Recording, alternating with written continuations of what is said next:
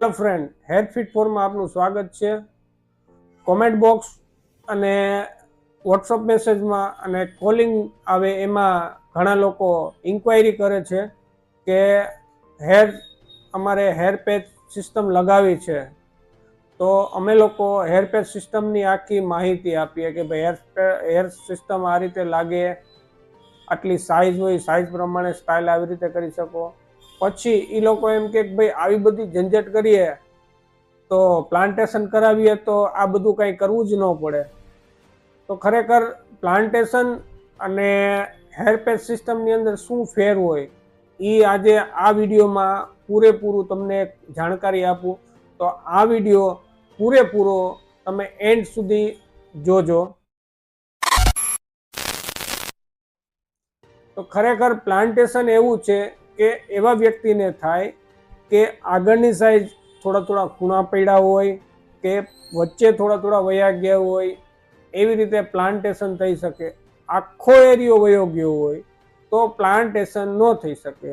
અથવા તમે પ્લાન્ટેશન કહો કે ભાઈ મારે આખો એરિયો વયો ગયો તો પ્લાન્ટેશન કરવું જ છે, તો તમે પાછળથી 2500 વાળના પ્લાન્ટ કરો અથવા 5000 વાળના પ્લાન્ટ કરો તો એની અંદરથી તમને 50% જ ઉપયોગ થાય, બાકીના બધા વચ્ચે ડેડ થઈ જાય અને કે પૂરો એરિયો કવર ન થાય, વચ્ચે આ 6 ગેપ જ રહે.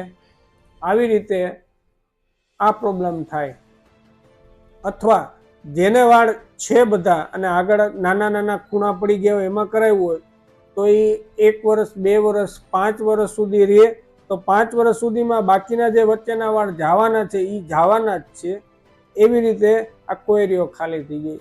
તો એના માટે ઘણા લોકોએ આવી રીતે પ્લાન્ટેશન, અમારે 100માંથી 80 કેસ એવા આવે કે પહેલાં અગાઉ પ્લાન્ટેશન એ લોકોએ કરાવી લીધું હોય પછી પેચની અંદર જ કન્વર્ટ થાય છે. તો ખાસ કરીને અત્યારે ફિલ્મ ઇન્ડસ્ટ્રીની અંદર સલમાન ખાને 4 વખત પ્લાન્ટેશન કરાવ્યું. હવે પ્લાન્ટેશન એમાં થઈ શકે એવું નથી.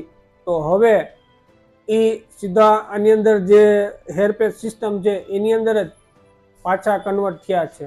તો અત્યારે સલમાન ખાન સાહેબ છે એ હેર પેચ જ પહેરે છે, રિતિક રોશન છે એ હેર પેચ પહેરે છે, અજય દેવગન છે એ હેર પેચ પહેરે છે, અક્ષય કુમાર છે એ હેર પેચ પહેરે છે, સંજય દત્ત છે એ હેર પેચ પહેરે છે. તો આવી રીતે ઘણા સેલિબ્રિટી છે એ લોકો પ્લાન્ટેશનના પ્રયત્નો અગાઉ કરેલા જ છે, પણ એના માટે થોડા દિવસો ટૂંકા થાય. બાકી આજીવન પ્લાન્ટેશન નો થઈ શકે, નો ચાલી શકે. એના માટે બેસ્ટ ઓપ્શન છે તમારા માટે કે તમે લોકો હેર પેચ સિસ્ટમ લગાવો. પછી તમને એમ લાગે કે ભાઈ મારે રાખવું છે તો તમે રાખી શકો, નથી રાખવું તો સાઈડમાં મૂકી દો.